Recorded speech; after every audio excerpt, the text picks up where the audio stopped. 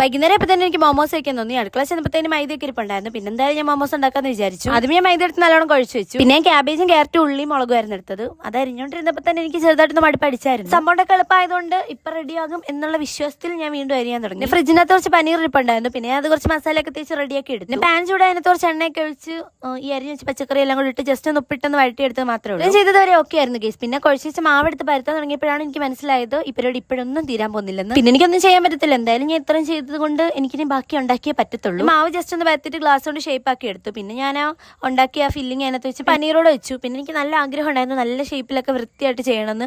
പക്ഷെ അവിടെ വെച്ച് ഇതെങ്ങനെയൊന്നും ഉണ്ടാക്കി കഴിഞ്ഞാൽ കൊള്ളാമെന്നായിരുന്നു എനിക്ക്. അതുകൊണ്ട് ഞാൻ പിന്നെ ജസ്റ്റ് അത് വെച്ചിട്ട് അതിന്റെ രണ്ട് സൈഡിലൂടെ ഒന്ന് മുട്ടിച്ചെടുത്തതേ ഉള്ളൂ. പിന്നെ എനിക്ക് ഫ്രൈഡ് മോമോസ് ഇഷ്ടമല്ല. അതുകൊണ്ട് ഞാൻ പിന്നെ സ്റ്റീം ചെയ്തെടുക്കാന്ന് വെച്ചു. 4:30 ഞാൻ തുടങ്ങിയ പരിപാടിയാണ് ഗൈസ്. എല്ലാം കഴിഞ്ഞപ്പോൾ 6 മണി 6:15 ഞാൻ മോമോസ് ഉണ്ടാക്കി കഴിഞ്ഞപ്പോഴത്തേക്കും ട്യൂഷൻ കഴിഞ്ഞ് പിള്ളേർ പോകാൻ നിൽക്കുമായിരുന്നു. പിന്നെ അവർക്കൂടെ ഞാൻ കുറച്ച് കൊണ്ട് കൊടുത്തു. അടുക്കളയും കൂടെ വൃത്തിയാക്കിയിട്ടപ്പോൾ ഞാൻ ക്ഷീണിച്ചു ഗൈസ്. എന്റെ ജീവിതത്തിൽ പോലും ഞാൻ മോമോസ് ഉണ്ടാക്കത്തില്ല.